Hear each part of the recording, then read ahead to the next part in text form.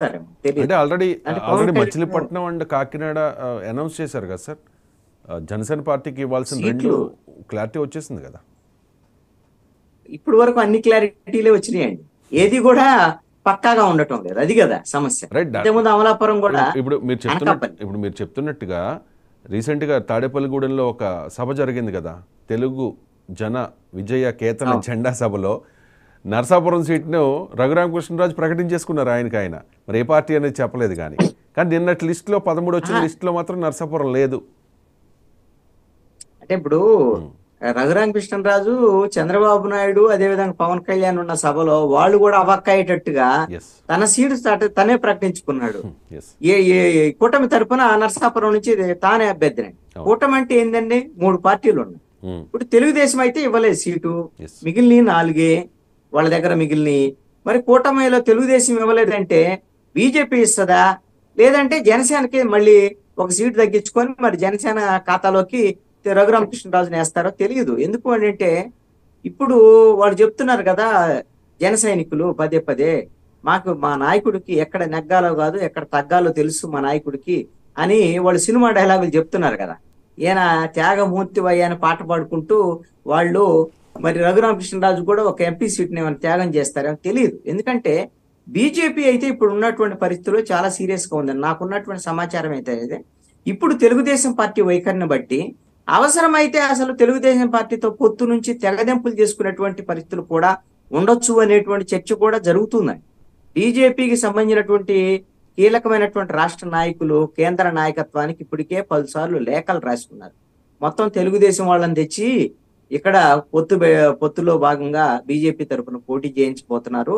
దీనివల్ల పొత్తు మనకు ఉపయోగం ఏమిటి, దానివల్ల పార్టీకి నష్టం, ఇది పార్టీని తన గుప్పెట్లో పెట్టుకోవాలని చంద్రబాబు నాయుడు చూస్తున్నాడు అనేటువంటి విధంగా కూడా వాళ్ళు లేఖలు రాసినటువంటి పరిస్థితి ఉంది.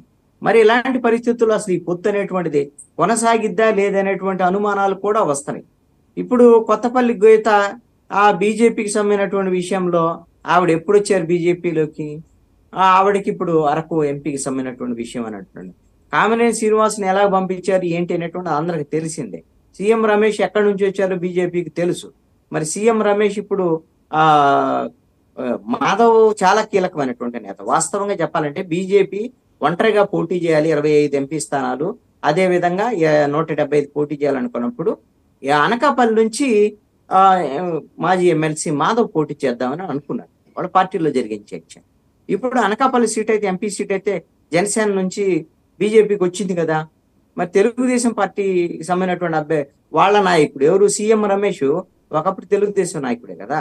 ఈ రోజు పెద్ద చర్చ జరుగుతుంది. తెలుగుదేశం పార్టీకి సంబంధించినటువంటి రిత్విక్ ఇన్ఫ్రాస్ట్రక్చర్ సంబంధించినటువంటి కంపెనీ వీళ్ళు కాంగ్రెస్ పార్టీకి 30 కోట్లు డబ్బులు ఇచ్చారు కర్ణాటక ఎన్నికలకు ముందు.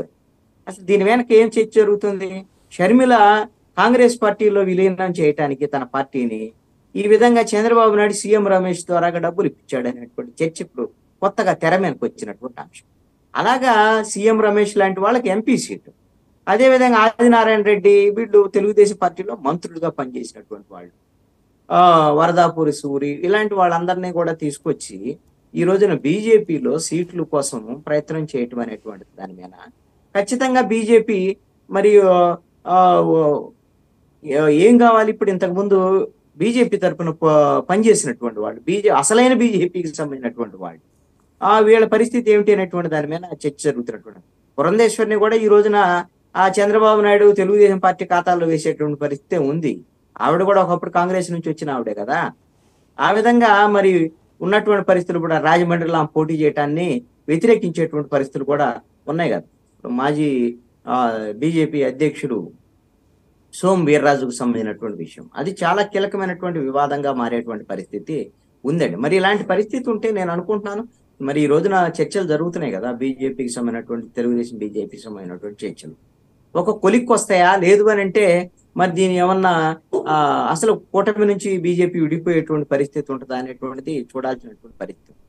జనసేన విషయంలో కూడా మీరు అంటున్నారు జనసేనకు ఆల్రెడీ ఇన్ని సీట్లు ఫలానా అని పవన్ కళ్యాణ్ ఎన్నైనా ప్రకటనలు చేస్తాడండి. పవన్ కళ్యాణ్ ప్రకటనలకి గ్యారంటీ ఏముంది? తన సీటు దగ్గరే తనకు గ్యారంటీ లేదు పవన్ కళ్యాణ్కి. తనే మొన్న ఏమని అంటున్నాడు, పిఠాపురంకి వెళ్ళిన నేపథ్యంలో మనం విన్నాం కదా, నేను పిఠాపురం నుంచి పోటీ చేస్తాను, Tea Time Uday Kakinada MP నుంచి పోటీ చేస్తాడు అని చెప్పాడు. మళ్ళీ ఏమన్నాడు, నన్నుగిన నరేంద్ర మోడీ అదే విధంగా అమిత్ షా ఎంపీగా పోటీ చేయమనిగిన వాళ్ళు అని అడిగితే, అంటే ఆదేశిస్తే ఒక రకంగా నేను ఎంపీగా వెళ్తాను కాకినాడకి, ఉదయ్ ఇక్కడికి పిఠాపురంకి వస్తాడని చెప్తున్నాడు. అంటే తన సీటు మీదనే తనకి ఇది లేనటువంటి పరిస్థితి. మరి ఈ నేపథ్యంలో తెలుగుదేశంతో కూడా ఏం సఖ్యత లేదు. మీరు గమనిస్తే జనసేనకు సంబంధించినటువంటి విషయంలో పవన్ కళ్యాణ్ పోటీ చేసే చోటే ఇంతవరకు సఖ్యత రాలేదు. అంటే నాయకుల మధ్య సఖ్యత మాజీ లేదా, ఎమ్మెల్యే వర్మ అగ్రనాయకుల మధ్య సఖ్యత లేదా, శ్రేణుల మధ్య సఖ్యత లేదా? రెండు లేదండి. అగ్ర నాయకులు అంటే